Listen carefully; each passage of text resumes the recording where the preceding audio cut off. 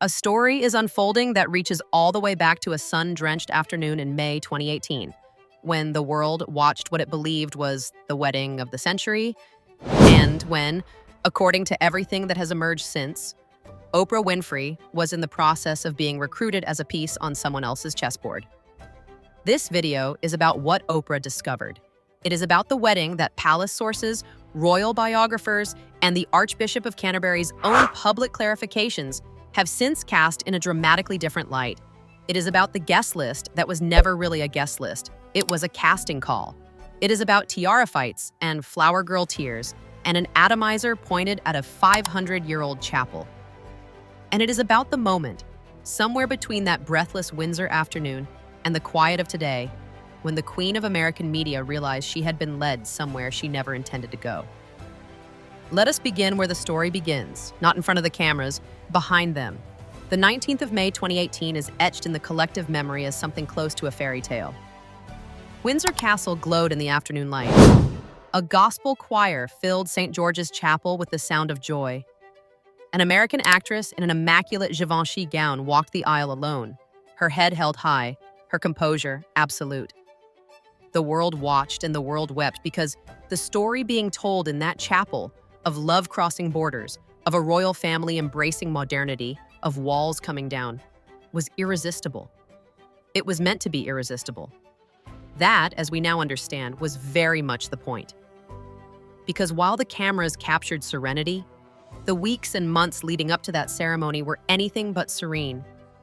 The palace was bracing for a wedding unlike any it had managed before. Not because of the scale, royal weddings are, by definition, grand, but because of the nature of the demands being made, and the nature of the guest list being assembled, and the nature of the woman at the center of it all, who, according to insiders, palace staff, royal biographers, and the forensic reporting of authors like Tom Bower and the newly published work of Robert Hardman, was operating not as a bride integrating into an institution, but as a producer launching a brand. The guest list was the first sign, and it was noticed immediately at the highest levels of the monarchy. When Princess Catherine married Prince William in April 2011, the pews of Westminster Abbey were filled with people who had genuinely shaped the lives of the couple being married. Childhood friends, university classmates, local figures from the village of Bucklebury who had known Catherine since she was a girl in a school uniform. The postman, the pub landlord, the teacher who remembered her at 8 years old. It was, by every account, a wedding that felt like a community gathering blessed with extraordinary ceremony. It was personal because it was real. It was moving because the people in those pews had earned their seats not through fame or strategic usefulness, but through love. Meghan Markle's proposed guest list, when it arrived at the palace for review, created immediate concern. Highly placed sources have consistently reported that Queen Elizabeth II returned the draft multiple times, troubled by what she saw and by what she did not see. The bride's own family was conspicuously absent.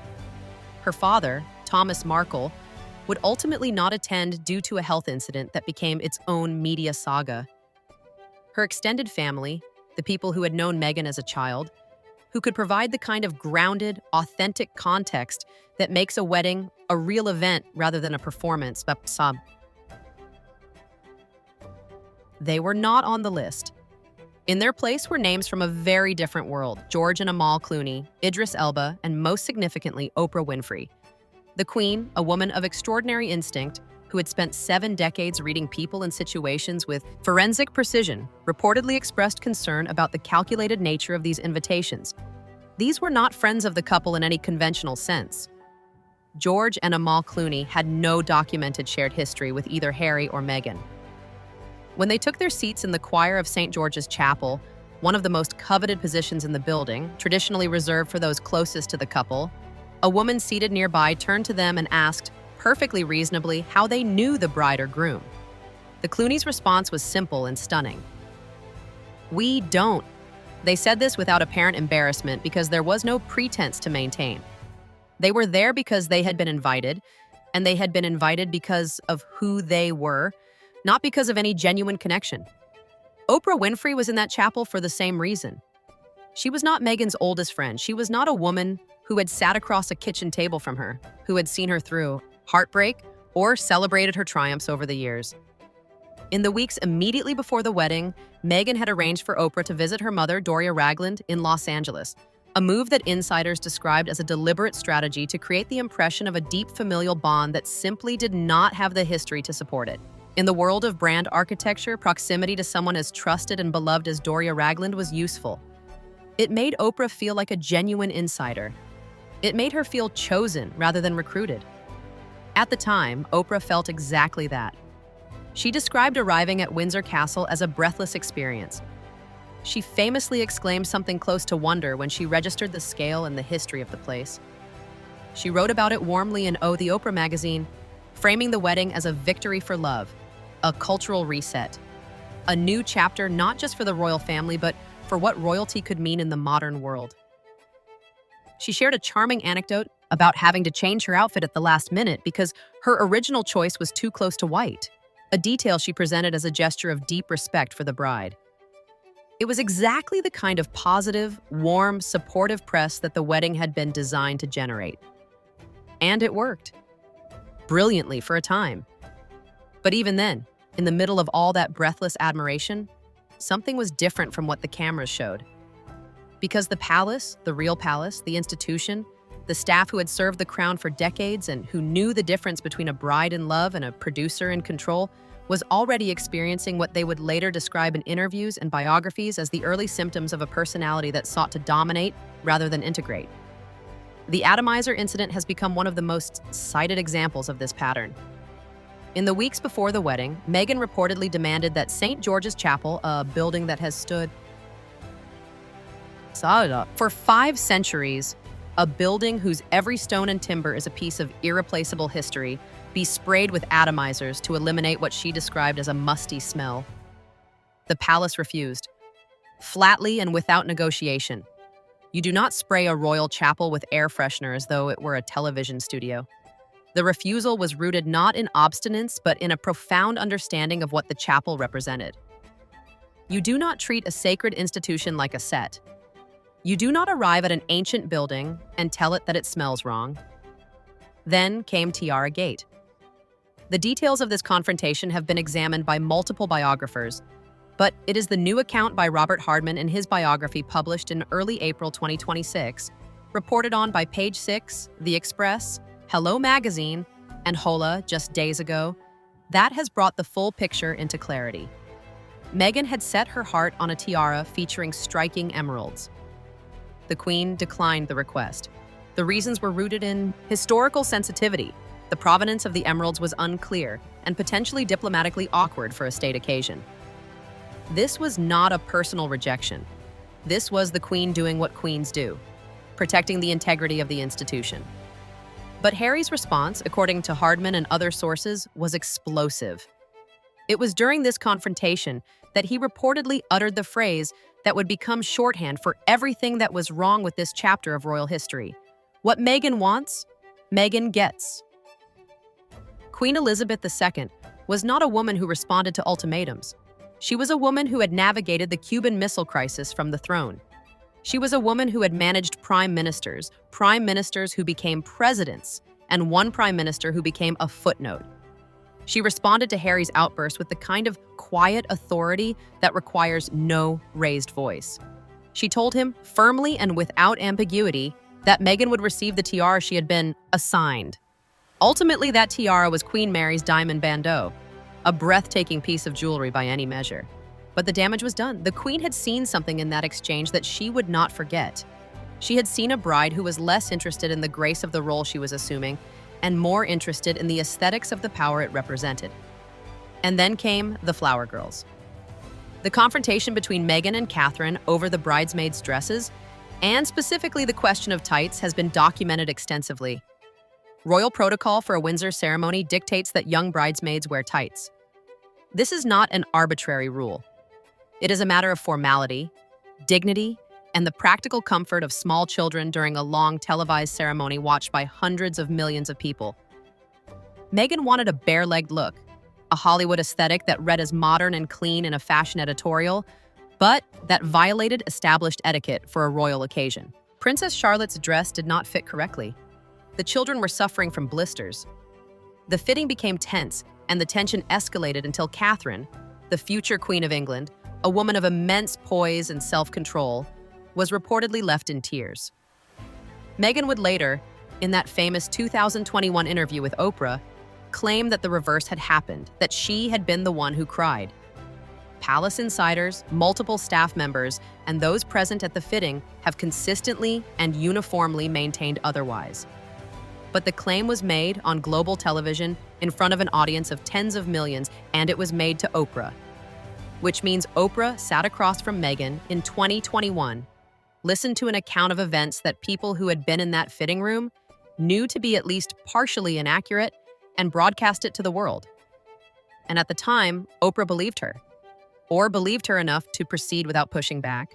That would change. The 2021 interview was supposed to be the moment when the media shield assembled in 2018 fulfilled its purpose. Harry and Meghan sat down with the most trusted interviewer in American television and delivered what was marketed as a raw, brave act of truth-telling. The interview generated global headlines. It generated an audience of 49 million viewers on CBS alone. It generated a wave of public sympathy that briefly made Meghan one of the most discussed women in the world. And it handed Oprah Winfrey one of the most watched broadcasts of her late career. But it also planted the seed of what would become Oprah's deep disillusionment. Because the interview contained a claim that could not survive contact with verifiable reality. Meghan told Oprah that she and Harry had been legally married in their backyard by the Archbishop of Canterbury 3 days before the public ceremony at Windsor. She said it warmly and with apparent sincerity, as a detail that made the public ceremony feel more intimate, more personal, more theirs. The Archbishop of Canterbury subsequently had to clarify publicly that this was not the case. The legal marriage was the Windsor ceremony. The backyard gathering, whatever it was not a legally binding wedding. The paperwork, the certificate, the official record was all confirmed what the Archbishop said. For Oprah Winfrey, this was not a minor inconsistency. This was a problem. Because Oprah's entire career rests on a single, unbreakable contract with her audience. She will tell them the truth. She will sit across from her subjects, and she will read them. And she will not be fooled. And she will not fool you. That contract is worth more than any number she could put on a balance sheet. It is her entire identity. And here was evidence confirmed by the Archbishop of Canterbury, no less, that she had broadcast something factually incorrect. Not because she was negligent, because she had been misled. Then came the other, inconsistencies. Small at first, the staged quality of certain scenes that were presented as spontaneous. Reports from insiders who claimed that moments designed to appear unrehearsed had in fact been carefully set up. The chicken scene in the interview garden, a detail meant to evoke homey simplicity, was reportedly the subject of whispered amusement among people familiar with how Harpo Productions operate. And then, most damningly, reports began to surface suggesting that Meghan had been pitching identical documentary concepts to multiple media power players simultaneously, treating each of them not as a partner but as an option, shopping the same story to the same ecosystem of potential collaborators and waiting to see who would bite. In Hollywood, there is a specific and serious sin, and it is not failure. Failure is understood and even respected. The sin is using your allies as stepping stones. The sin is recruiting people's credibility and then treating them as disposable once the purpose is served. And when Oprah and Gayle King, her closest friend, who had been among the loudest defenders of the Sussexes, began to register that this was what had been happening, the relationship changed. The signals have been subtle, but unmistakable. In July 2025, during an appearance on Kelly Ripa's podcast, Oprah made a joke that reverberated through every royal watching community in the world. She deliberately mispronounced the word Sussexes, elongating it comically, adding extra syllables, turning the title into a punchline. The Mirror, Yahoo Entertainment, Reality Tea, and MSN all covered the moment. It was reported that Harry and Meghan were stung by the joke. The Express noted in January 2026 that Oprah had made what it described as a veiled dig at the couple, a small but significant act from a woman who, not so long ago, had been one of their most vocal and visible champions. By March 2026, reports were circulating that Meghan had been rejected for a new high-profile interview with Oprah. Hollywood was turning its back. Page Six reported that Netflix had been blindsided by elements of the Sussexes' media strategy. The institution that was supposed to be the foundation of their American reinvention was showing cracks that no amount of brand management could paper over. And then there is the Clooney signal, perhaps the clearest message of all about where Hollywood's true loyalties now lie. In June 2025, George and Amal Clooney attended a reception at Buckingham Palace, hosted by King Charles III to celebrate the winners of the King's Trust Awards. Town and Country, People, ABC News, and Pure Wow all covered the event. The photographs showed warm, genuine conversation between the king and one of Hollywood's most respected couples. This was not an obligatory appearance. This was a choice, a public, photographed, documented choice to align with the institution, the real institution, the ancient one, the one built on duty and service and 700 years of continuous history, rather than with its most famous recent departure. The Clooneys attended the 2018 wedding as strangers who had been recruited for their brand value. They stood at Buckingham Palace in 2025 as genuine guests of a sovereign who had earned their respect. The contrast is not subtle. It is, in the language of Hollywood, a statement. What has happened to Oprah Winfrey's relationship with Meghan Markle is not a falling out in the conventional sense. There has been no public confrontation. There has been no dramatic scene. What there has been is something quieter and, in its own way, more final. There has been the absence of support, the unanswered message, the missing invitation, the joke at the expense of a title that Oprah used to honor with reverence. These are not the actions of someone who has forgotten a friend. These are the actions of someone who has made a decision. The question that underlies all of this, the question that gives this story its weight beyond the realm of celebrity gossip, is a deeper one about the nature of institutions. Because the royal family, for all its imperfections, for all the very real criticisms that can be leveled at it, represents something that is genuinely difficult to manufacture. It represents continuity. It represents a commitment to something larger than any individual within it. It represents the understanding that the role is more important than the person playing it. When Catherine Middleton married Prince William, she understood that instinctively. She spent months learning the history of the palace linens, the significance of the floral arrangements, the names and stories of the people who had served the crown for decades. She understood that she was not arriving to transform the institution in her own image. She was arriving to take her place within a story that was already centuries old and that would continue long after her own chapter closed. That understanding, that fundamental humility in the face of something larger than oneself, is what made her wedding feel like a gift to the country rather than a transaction. Meghan's wedding, by contrast, is now understood by those who were inside it as something different. Not a participation in a great institution, but an attempt to leverage one. The celebrity guest list was not a celebration of the people who mattered most to a bride and groom. It was a media strategy. The atomizer was not an innocent request from a bride who liked fresh flowers. It was a producer's note delivered to a 500-year-old building. The tiara dispute was not a trivial fashion disagreement. It was a test of whether the institution would bend to individual will, and the institution, in the form of a 91-year-old queen who had done her duty every day of her adult life, declined to bend. Oprah Winfrey is 72 years old. She has been in the business of truth for nearly 50 years. She has made mistakes. She has acknowledged them publicly with the kind of candor that her audience loves her for. What she has never done is stay silent about something she genuinely believed in. Her silence about Meghan Markle is therefore not a small thing. It is a verdict delivered without a courtroom. It is the most honest thing Oprah Winfrey has communicated about this situation, precisely because it is not communication at all. The wedding of the 19th of May, 2018 was, by any visual measure, extraordinary. The flowers were perfect. The music was transcendent. The gown was impeccable. The castle gleamed in the afternoon light as it has gleamed for 1,000 years, and in the choir of St. George's Chapel, surrounded by strangers who had been given the seats of honor, a queen of American media sat and felt something she later described as breathless, and something she later, slowly and quietly, began to understand differently. The palace has now confirmed what many inside those walls knew from the beginning, that the ceremony was real, the legality was sound, the Archbishop of Canterbury's role was as documented. What was not entirely real, according to everything that has emerged, from the forensic journalism of Tom Bower and Robert Hardman, from the quiet retreat of Hollywood's elite, from the Archbishop's own public correction of the backyard wedding claim, from the Tiara row and the flower girl dispute and the atomizer demand saw, was the story being told around it. Oprah Winfrey was stunned when she discovered the extent of what she had been part of. Not in a single moment, but in the slow accumulation of evidence that a woman of her intelligence could not indefinitely ignore.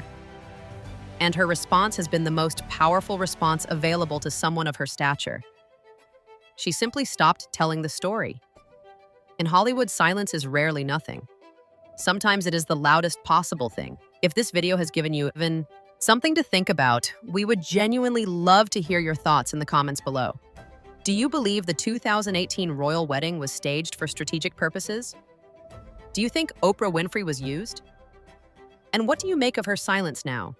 Is it the sound of regret, or simply the sound of a very wise woman knowing when to walk away? Subscribe to this channel and turn on notifications so you never miss the next chapter of a story that, as we have seen today, is still very much being written. Thank you for watching.